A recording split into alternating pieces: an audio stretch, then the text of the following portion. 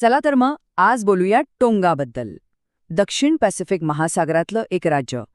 आता नाव ऐकून वाटेल की हे एखादं सुंदर शांत बेट असेल, पण थांबा, खरी गोष्ट थोडी वेगळी आहे.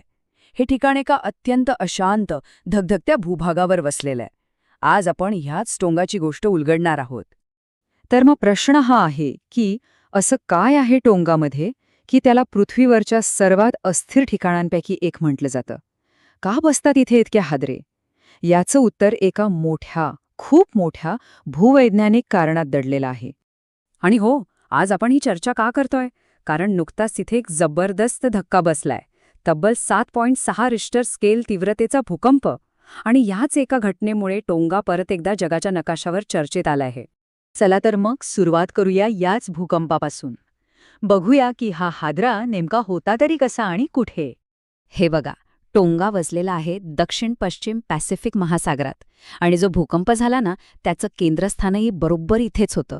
खरं सांगायचं तर टोंगाची ही जी भौगोलिक जागा आहे, तीच त्याच्यासाठी ओळख बनलीय अशा भूकंपांच्या घटनांमुळे. ठीक आहे, तर हा एक भूकंप झाला, पण या एका घटनेच्या पलीकडे जाऊन मोठ्या चित्राकडे पाहिलं पाहिजे. या भूकंपाचं आणि अशा अनेक घटनांचं मूळ कारण आहे एक प्रचंड अवाढव्य अशी भूवैज्ञानिक रचना, जिचं नाव आहे रिंग ऑफ फायर. हो, अग्निवर्तुळ. आता प्रश्न पडेल की ही रिंग ऑफ फायर म्हणजे नक्की काय? सोप्या भाषेत सांगायचं तर हा पॅसिफिक महासागराभोवती घोड्याच्या नालेसारखा पसरलेला एक पट्टा आहे. कल्पना करा, इथे पृथ्वीच्या आतले मोठमोठे खडकांचे तुकडे म्हणजे प्लेट्स सतत एकमेकांना धडकत असतात, एकमेकांवर सरकत असतात. आणि याच घर्षणामुळे इथे ज्वालामुखी आणि भूकंपांची जणू काही मालिकाच सुरू असते, जगातली सगळ्यात तीव्र. आणि आता एक आकडा ऐका, जो खरंच थक्क करणारा आहे. जगात जेवढे भूकंप होतात त्यापैकी तब्बल 90%, हो बरोबर ऐकलत, 90% भूकंप फक्त आणि फक्त याच एका पट्ट्यात होतात. विचार करा किती अस्थिर असेल हा प्रदेश. आणि गोष्ट इथेच संपत नाही. भूकंपच नाही, तर जगातले जवळपास 75% सक्रिय ज्वालामुखीसुद्धा याच रिंग ऑफ फायरमध्ये आहेत. म्हणजे दुसऱ्या शब्दात पृथ्वीवरची ही सगळ्यात जास्त भूगर्भीयदृष्ट्या जिवंत किंबहुना धगधगती जागा आहे असं म्हणायला हरकत नाही. आणि हे सगळं का घडतंय?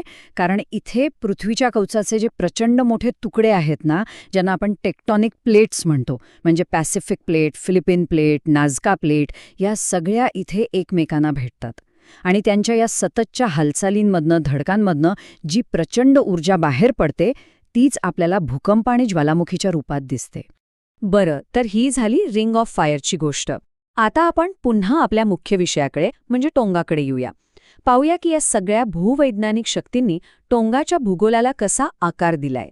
टोंग म्हणजे काही एक संध जमिनीचा तुकडा नाहीये, तर हा जवळपास 170 लहान मोठ्या बेटांचा एक सुंदर द्वीपसमूह आहे. आणि गंमत म्हणजे यातलं जवळजवळ प्रत्येक बेट त्याच ज्वालामुखी आणि टेक्टोनिक हालचालींमधून जन्माला आलंय, ज्याबद्दल आपण आत्ताच बोललो. ही जी बेटं आहेत ती साधारणपणे 3 मुख्य गटांमध्ये विभागली आहेत. पहिला गट आहे टोंगा टापू. इथेच देशाची राजधानी नुकुआलोफा आहे. दुसरा गट म्हणजे हा अपाई. इथे देशातलं सर्वोच्च ज्वालामुखी शिखर बघायला मिळतं. आणि तिसरा आहे वावाऊ गट, जो ओळखला जातो त्याच्या सुंदर बंदरांसाठी. अर्थात याशिवाय ही उत्तरेला आणि दक्षिणेला काही छोटी छोटी विखुरलेली बेटं आहेतच. ठीक आहे, तर आपण टोंगाचा भूकंप पाहिला, त्याचा भूगोल समजून घेतला. पण मग या सगळ्याचा अर्थ काय? आपण हे सगळं का जाणून घेतोय? हे ठिकाण महत्वाचं का आहे? खरं तर टोंगाचं महत्त्व दुहेरी आहे. एका बाजूला पाहिलं तर हीच भूगर्भीय रचना त्याला सतत भूकंप आणि ज्वालामुखीच्या मोठ्या धोक्यात ठेवते, म्हणजे हा एक अत्यंत असुरक्षित प्रदेश आहे. पण याच नाण्याची दुसरी बाजू अशी आहे की हीच रचना शास्त्रज्ञांसाठी एक जिवंत प्रयोगशाळा आहे. पृथ्वीच्या आत काय चाललंय, या प्लेट्स कशा हलतायत आणि भविष्यातल्या आपत्त्यांसाठी आपण कशी तयारी करू शकतो, हे सगळं शिकण्यासाठी टोंगा एक उत्तम ठिकाण आहे. म्हणजे मुद्दा अगदी स्पष्ट आहे.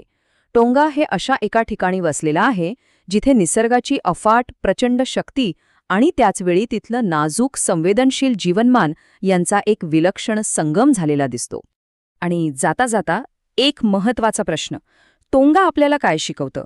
यासारख्या ठिकाणांकडून मिळणारे धडे हा अनुभव आपल्याला आपल्या बदलत्या ग्रहावर येणाऱ्या संकटांसाठी अधिक चांगल्या प्रकारे तयार होण्यास मदत करू शकतो का, यावर विचार करणं खूप गरजेचं आहे.